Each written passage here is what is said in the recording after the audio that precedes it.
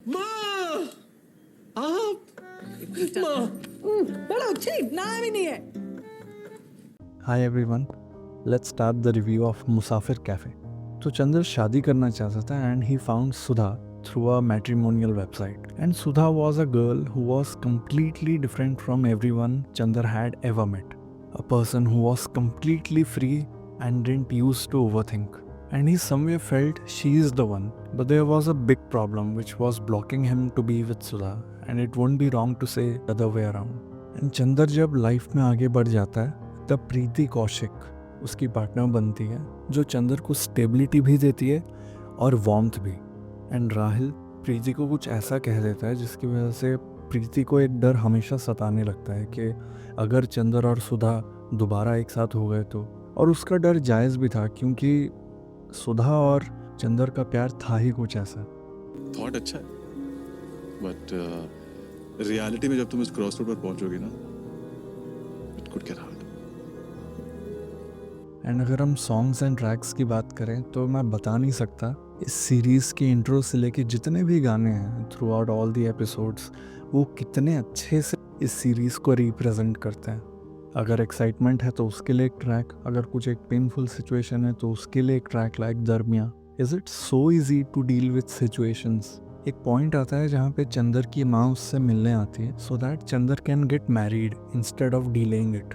And because of Sudha's dreams and responsibilities, she didn't want to get married. मैं खुद का law firm शुरू करूंगी और माँ को वो हर खुशी दूंगी जो उन्हें कभी नहीं मिली। एंड चंदर की माँ का सिर्फ इतना ही स्टैंड था कि क्या सुधा अपने सारे ड्रीम्स एंड रिस्पॉन्सिबिलिटीज चंदर के साथ शादी करके पूरा नहीं कर सकती। एंड खास करके तब जब चंदर एज वेल एज उसकी फैमिली अनफेयर एक्सपेक्टेशंस नहीं रखती। मतलब वो अपने सारे सपने पूरे करना चाहती है माँ, और तेरे साथ रहकर वो ये सब नहीं कर सकती। एंड सुधा की लाइफ को जाने बगैर चंदर की मम्मी का स्टैंड बहुत लॉजिकल लगता है, बट एक्चुअली में सुधा के लिए शादी करना इतना आसान नहीं था।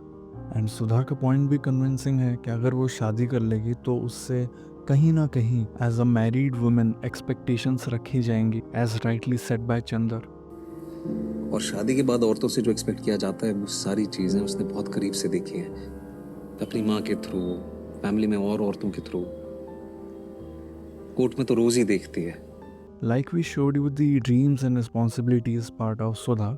सुधा उसके ड्रीम्स एंड रिस्पॉन्सिबिलिटीज को चंदर से शादी करने के बाद इमेजिन ही नहीं कर पा रही थी। एंड एज चंदर को सुधा से प्यार हो गया था उसके लिए किसी और लड़की को इमेजिन भी करना बड़ा मुश्किल था। Hence, the situation was not favoring them to get married. Dreams और ड्रीम पार्टनर। तो सीरीज में एक मोड आता है जहाँ पे दोनों के पास करियर में आगे बढ़ने के लिए अपॉर्चुनिटीज आती हैं, but it would directly separate them because they both were living together in Bhopal. And जहाँ सुधा को मुंबई जाना पड़ता वहीं चंदर को Delhi. And sometimes time play a big role जिसने इन दोनों को एक नॉन डिसाइडेबल स्टेट में रखा हुआ था कि करियर के लिए दिल्ली या मुंबई या प्यार के लिए भोपाल। दिल्ली में एक नया रोल खुल रहा है and I think you are the perfect fit. Next month join करना होगा। Delhi? Okay, I will think about it.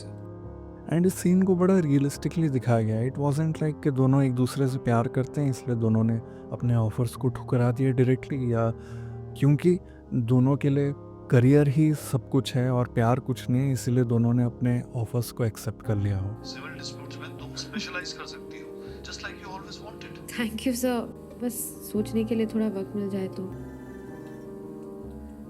तो क्या लगता है ये दोनों अपने ड्रीम्स के लिए ड्रीम पार्टनर को कॉम्प्रोमाइज़ करेंगे या ड्रीम पार्टनर के लिए अपने ड्रीम्स को? Season 2 has been officially announced. जितना सीरीज को लास्ट में इनकम्प्लीट रख के हमें फील कराया गया कि ऐसे एंड क्यों कर रहे हो, उतना ही मैं जेन्युइनली सीजन 2 का इंतज़ार कर रहा हूँ। I am hoping it to spread the magic of love again, but I do wish कि हर एपिसोड का लेंथ थोड़ा सा बढ़े क्योंकि you will genuinely enjoy the tracks जो हर एपिसोड के एंड में आपको सुनाया जाएगा, पर कहीं ना कहीं उस अच्छे ट्रैक की वजह से एपिसोड का लेंथ थोड़ा कम जाता है। So I hope the run time of each episode increases. So what do you think? प्रीति की एंट्री चंदर के लाइफ में कैसे हुई? इज इट बिकॉज दोनों ने उनके करियर ऑफर्स को एक्सेप्ट कर लिया हो, और is it due to some other reasons which created a deep space in Chander's heart? So the conclusion part, बहुत ही खूबसूरती से इस सीरीज़ को दिखाया गया है कि एक रिलेशनशिप कभी लीनियर नहीं होता है कि आज दोनों मिले, कल दोनों ने साथ में फिल्में देखी, परसों दोनों ने एक दूसरे को एक दूसरे के चुटकुलों पे हंसते हुए पाया और फिर शादी. It is sometimes more than this, and still that couple stage connected with each other somewhere in their mind. So if you are someone who loves love stories, go watch Musafir cafe.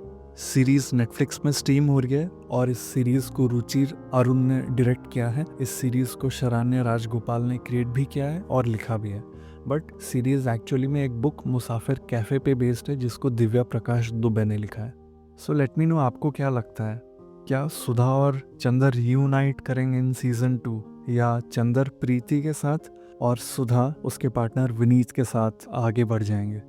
So what I felt after watching Musafir cafe, sometimes the people we love would not be able to continue with us in the future, either because they pass away or otherwise.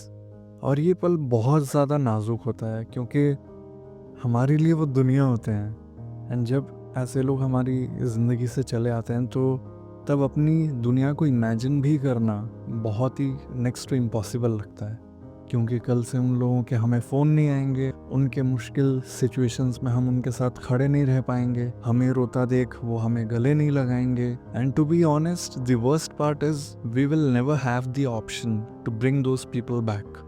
So continuing life without them is the most difficult part in this time. But अगर हम सालों तक उस junction पे खड़े रहेंगे, उनका इंतज़ार करते रहेंगे, तो हमें सिर्फ दर्द मिलेगा, ना कि मिराक्युलसली हमारी लाइफ में दोबारा उनकी प्रेजेंस. ज़िंदगी में हमें आगे बढ़ना ही पड़ता है. That's the way life is. And series में मुझे एक चीज़ अच्छा लगा कि चंदर और सुधा ने, क्योंकि एक पॉइंट आता है जब ये दोनों एक साथ नहीं होते हैं, तो ऐसा नहीं था कि ये लोग रो रो कर अरे यार मेरा पार्टनर अब मेरे साथ नहीं रहा, I can't imagine life without them, ये सब सोचकर वो रुक नहीं गए ज़िंदगी में. They still continued living their lives. तो सीरीज़ को देखने के बाद आपका क्या एक्सपीरियंस रहा, आप मुझे बताइएगा कमेंट सेक्शन में. And yeah that's a wrap. So please take care of yourself and keep building. Every masterpiece starts with a draft. This is Divyanshu. See you next time.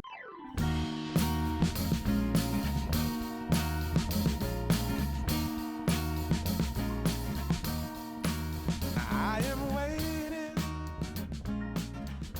for a bus stop.